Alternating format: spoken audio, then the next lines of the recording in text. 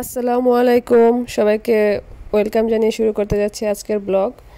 তো এই তো আজকের ব্লগটা শুরু করতে যাচ্ছে আমার ছোট মিনি গার্ডেন দিয়ে। তো যাই হোক, আমার বারান্দার মধ্যে কি কি গাছ লাগানো হয়েছে আর কি কি হইলো সেটাই আপনাদের সাথে শেয়ার করব, চলেন দেখি। তো এই যে গাছটা আমি ধরতেছি, এটা কি গাছ কে কে চিনেন কমেন্ট করে জানাতে পারেন। আর এই গাছটা হচ্ছে দুই ধরনের হয়, একটা হচ্ছে দেশি আর একটা হচ্ছে হাইব্রিড। তো আমার এখানে যে গাছটা হয়েছে এটা হচ্ছে হাইব্রিড বতুয়া গাছ। বথুয়া গাছকে কে শাকটাকে চিনেন, কারা খান বা কারা পছন্দ করেন সেটা কমেন্ট করে জানাতে পারেন। তো সেই গাছটাই মাশাআল্লাহ অনেক বড় হয়েছে, তো সেটাই কেটে ফেলবো, কারণ এই গাছটার জন্য অন্য গাছগুলো অনেক প্রপারভাবে পুষ্টি পাইতেছিল না। তো ভাবলাম যে কাটার আগে একটু স্মৃতি করে রেখে দেই আর আপনাদের সাথেও একটু শেয়ার করি। তো এই তো টমেটো গাছ অনেকগুলো আমার আছে, কিন্তু সবগুলোর মধ্যে ফুল আসে নাই, এই একটার মধ্যে ফুল আসছে। আর হচ্ছে এখানে কবুতর আসছিল, এখানে কবুতর প্রায় সময়ই আসে।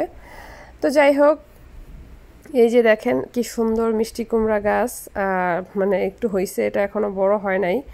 আর হচ্ছে এখানে পুঁই শাক লাগাইছিলাম, শখ করছিলাম যে পুঁই শাক খাবো, নিজের হাতে লাগানো পুঁই শাক, কিন্তু কি আর করা। দেখেন পুঁই শাকগুলো কেমন তারের মতো চিকন, মানে এত চিকন পুঁই শাক আর শক্ত, ওটা খাওয়া যায় না।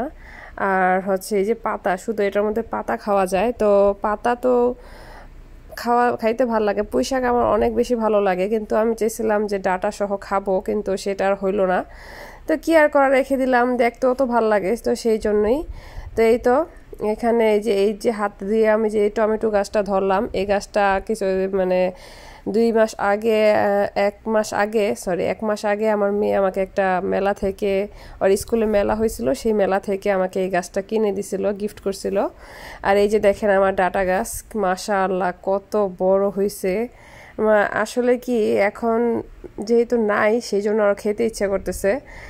এই যে দেখেন এখানে মরিচ গাছ অনেকগুলো লাগানো হয়েছে, তো ফুল আসতেছে একটু একটু করে, দেখা যাক কি হয়। ফুল আস্তে আস্তে, ফল আস্তে আস্তে হয়তো বা ঠান্ডায় পড়ে যাবে, তো সেই জন্যই আফসোস করতেছিলাম। আর ডাটার কথা কি বলতে নিলাম, কি বলবো, তো আমি যখন সাউথ আফ্রিকা থাকতাম তখন এত এত এত পরিমাণে ডাটা হয়েছিল, ডাটা উঠাইতে উঠাইতে আমি মানে উঠায় আমি মনে হয় 2 দিন খাইছিলাম আর সবাইকে দিয়ে দিছি, আমার এত বিরক্ত লেগে গেছিল। আর এখানে আমার জায়গা নাই, এখন আমার মানে খাইতে ইচ্ছা করে ডাটা। তো কি আর করার, মানুষ আসলে এরকমই, থাকলে খাইতে ইচ্ছা করে না, না থাকলে খাইতে ইচ্ছা করে। তো যাই হোক, এই যে দেখেন কত বড় ডাটা, মাশাআল্লাহ কেটে নিয়ে আসছি 2টা ডাটা। তো এটাই আজকে রান্না করব। মানে ডাটাটা খাইতে মাশাআল্লাহ অনেক বেশি ভালো লাগছে আর অনেক বেশি সফট। আমি ভাবছিলাম যে এত বড় হয়েছে হয়তো বা শক্ত হয়ে গেছে কিনা, পরে দিয়ে যে রান্না করলাম চিংড়ি মাছ দিয়ে, মাশাআল্লাহ মাশাআল্লাহ এত বেশি মজা লাগছে আর এত বেশি ভালো লাগছে, কি বলবো, যে নিজের হাতে বীজ লাগানো সেই গাছ থেকে আমি মানে সেই গাছ খাইতেছি, মানে সেই সবজিটা কি যে শান্তি সেটা আর কি বলবো।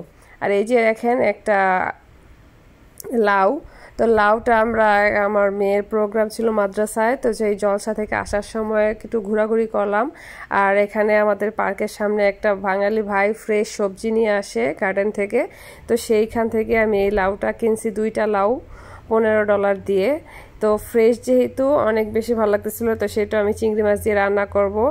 আর দেখেন কি সুন্দর লাগতেছিল, এত কচি।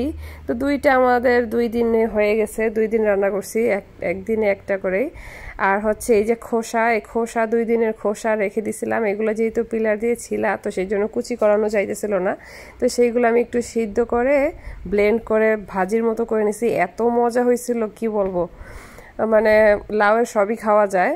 তো এই তো চিংড়ি মাছটা কষিয়ে আমি এখন লাউ রান্না করব।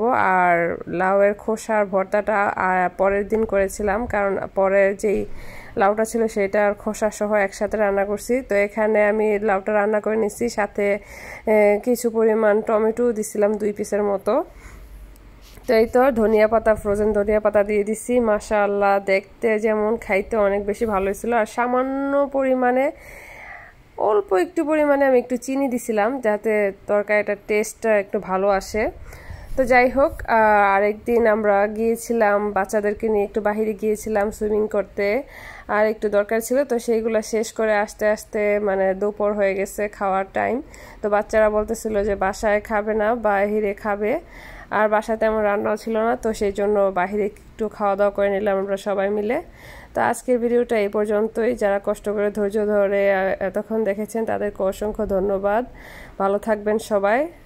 আল্লাহ হাফেজ।